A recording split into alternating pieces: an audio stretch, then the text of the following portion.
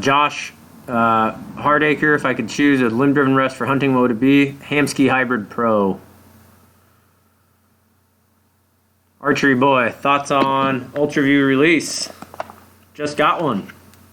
So far, it looks pretty sweet. I haven't actually got a chance to shoot it yet. I'm going to do that after this. Joe Torrisi, I did not see your question, man. Sorry. Any recommendations on a serving tool to reserve center serving? They're all pretty much the same. OMP makes the one that we use, but they're all gonna little serving jigs are pretty much all the same.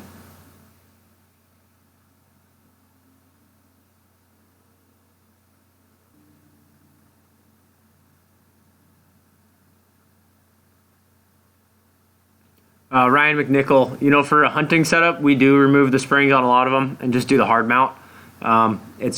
If that spring was to stretch and you didn't see it, if it hooked on something, which is rare, but if it stretched and you didn't notice it and get it reseated, your arrow would contact the rest. That being said, the spring does keep it from rebounding at all. I think it makes it a little quieter, a little less jarring on the mechanism. But if you're hunting really brushy country, I would probably just do a hard mount and remove the spring.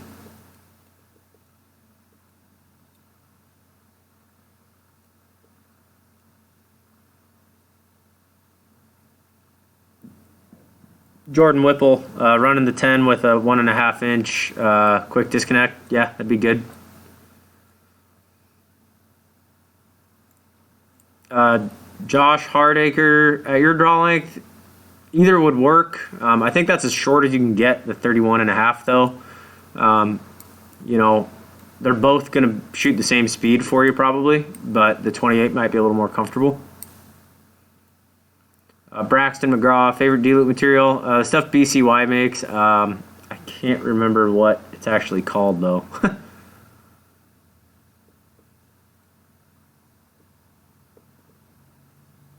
Joe Torrisi, yeah, really short brace heights like that are really, really critical with any torque. That string and cables are just right next to the grip, so any torque really affects the back of the arrow a lot.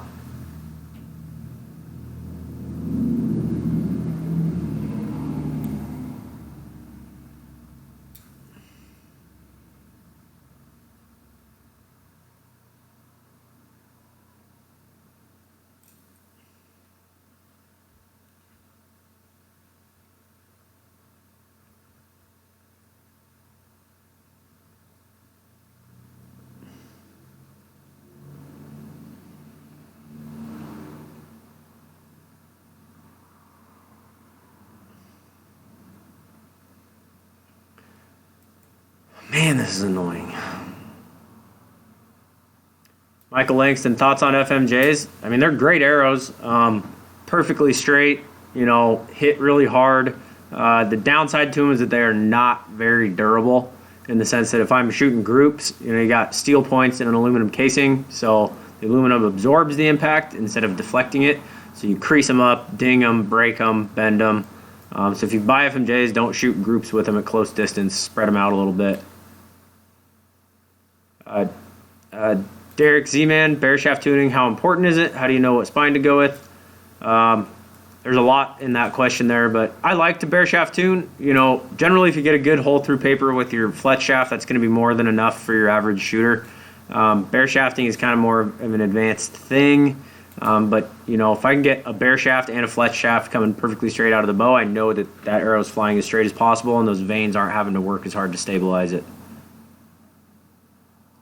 Chad Alexander, any experience with Equivalizer by Option? I have had a lot of experience with it. I personally am not a fan. It's well made and everything, but it literally just acts like a sail on the front of your bow. I mean, you got a 18-inch bar with 5 arrows underneath it and a big old hood there, so in windy conditions it just blows that thing all around.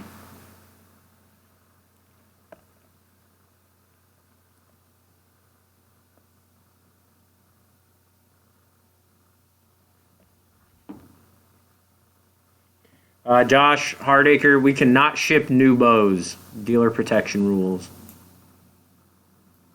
We work on people's bows all the time. If you buy it and send it to us, we can tune it for you and get it rolling, but we can't just work on it, or send you a new one, sorry. Hang on, guys, I gotta plug in my computer here.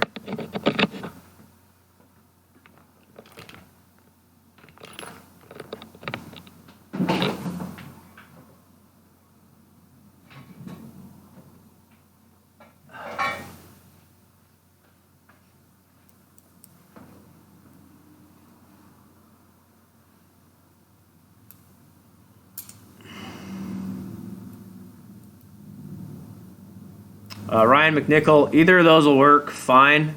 The only thing with the Max Stealths or any of the Max series vanes is that you have to use their primer pen to clean the vanes, and you have to use their AAE Max Bond or a super glue, or they will not stick.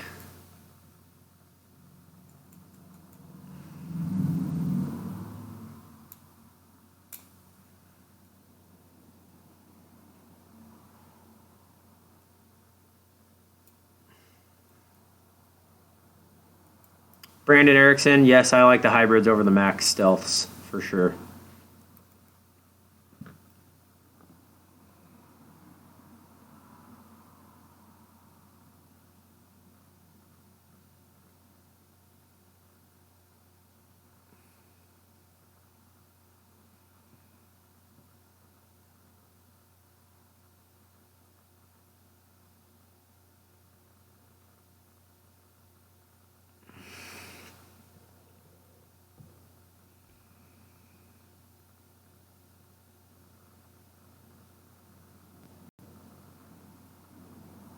B100 for you. We usually use Archer's Advantage if we're going to build a sight tape, but a lot of them come with sight tapes now that either operate off of like a calibration tape first, or yeah, feet per second, like the black gold sights.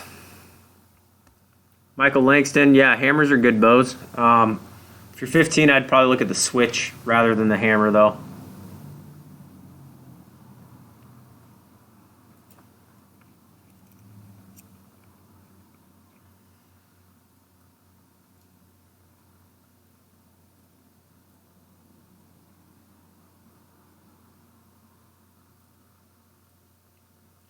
Ryan McNichol, the hybrids, if you just use super glue, yeah, or any fletching super glue, they'll be fine. They don't work with the NPV cement though. It has to be a super glue. AAE Pro Max 4 fletch or Max Hunter 3 fletch, pretty much gonna shoot the same, man. Tyler Ashbeck, really not gonna see any noticeable difference from one to the other.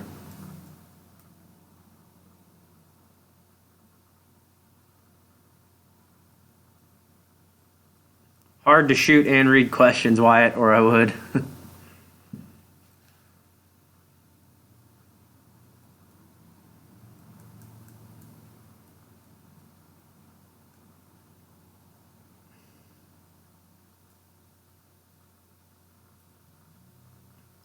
Corey Stout, you shouldn't notice any issue until you get out pretty far, like 75, 80, 90 yards.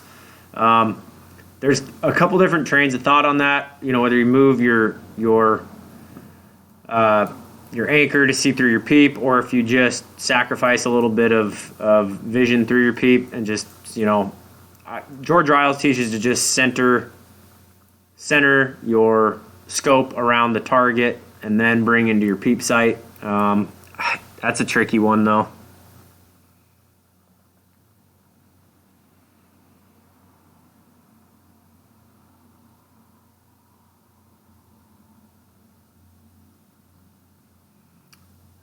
Greg Puckett, the B3 Hawk can get really short. Also the B3 Brave, those are both really short releases.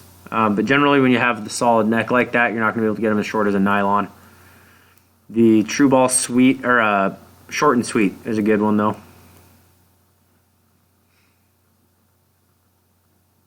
Is this like horribly glitchy for you guys too? Because on my end it's freezing like every 2 seconds.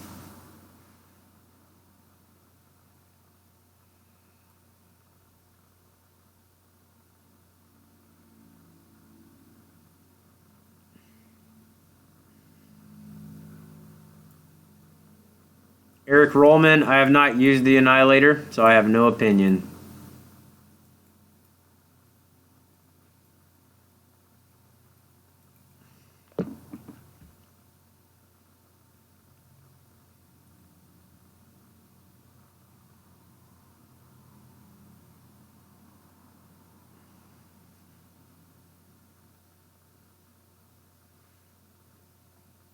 Ryan McNichol, yeah, arrow wraps are cool for hunting arrows. I never put on my target arrows because they're just unnecessary, but you know, it's easier to find your arrow.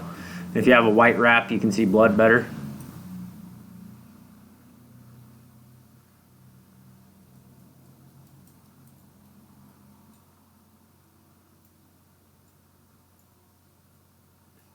Joseph DeBovi, yeah, I got lots of hobbies, man. I love fly fishing. I golf. I like, running, trail running, hanging out with friends, all sorts of stuff.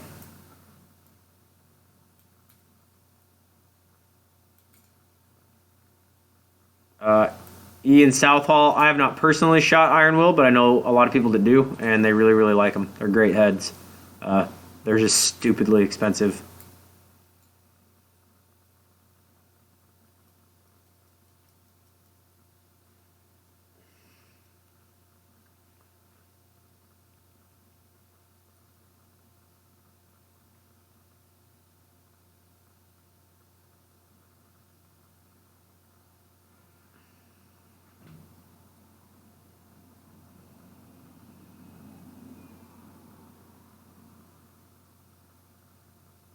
Robert Foy, because I guess you could on a hybrid, but generally you don't want a spring. I don't know if you can get it stiff enough. You might be able to. I don't know. I've never tried it.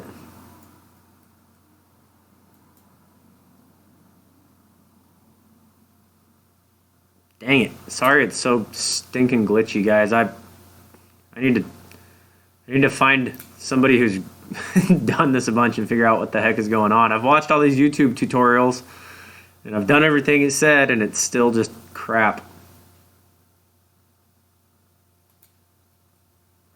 Sorry about the glitch. I'll just keep answering questions, so just listen for your name.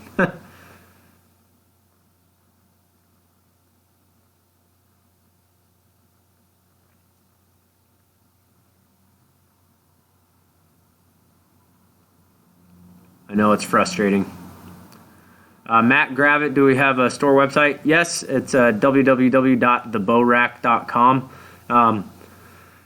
We have a lot of our merchandise on there, like hats and shirts and stuff like that, but we don't update all of our products on there a lot. So if you're looking for something specific, you're better off to just call the shop.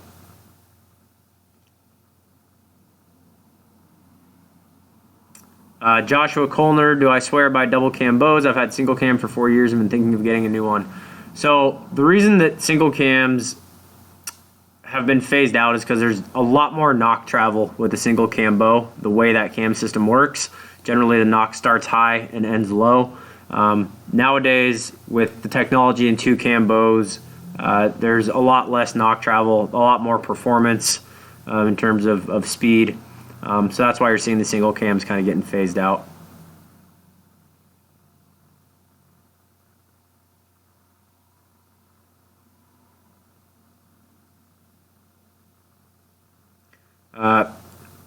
Moses Mendez, you twisted your cables to get your cams back in sync, but it's a little bit off. Does that really matter? What else can I do? If I do another half twist, it would throw it off a lot more. If you have a bow that has split yokes, try just doing like a turn in each yoke or half a turn in each yoke. That might bring it in. If it's just like a 64th or a 32nd of an inch, you're probably fine. But if it's more than like an eighth, I would do some twisting to get it on. Howard Doe, how long have I been coaching? Actually coaching about 6 years now. B100 for you.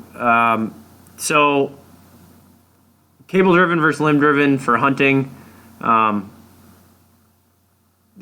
Whether it's hunting or target or whatever, a limb driven rest stays up 5 or 6 times longer than a cable driven. So you're going to get a lot more support out of the rest, which is the job of a rest.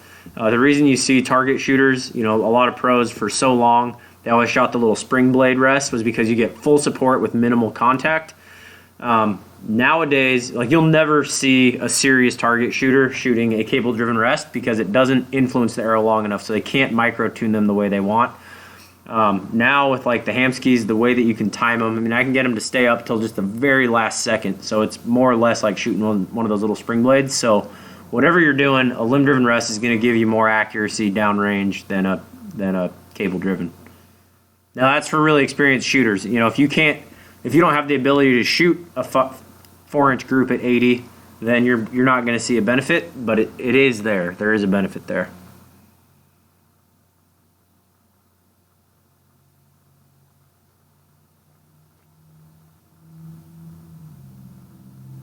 Jay Crocker, I'm not sure if I answered it or not. Ask again, man. My connection sucks. 2019 TRX 38 is a 3D bow. If you can get the speed out of it that you need, it's a great bow. It's a little bit slow. Lots of guys are shooting the Traverse for 3D if they're doing unknown yardage stuff. But the 38's a great bow. That was for Orisha Bow Hunter.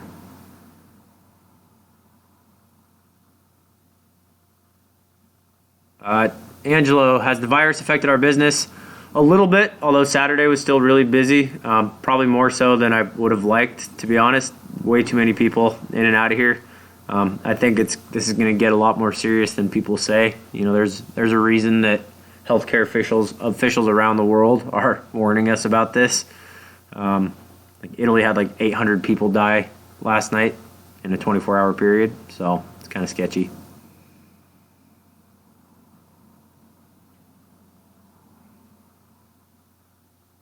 Thanks, Joshua.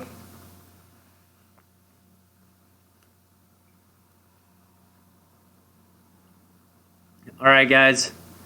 This stream is just killing me here. Everything's really delayed. I'm going to do a bunch of research and try and figure this out. Stay tuned, on Instagram. If I didn't get to your question, hit me up on Instagram. It's inside_out_precision. Thank you for those of you who donated. Really appreciate that.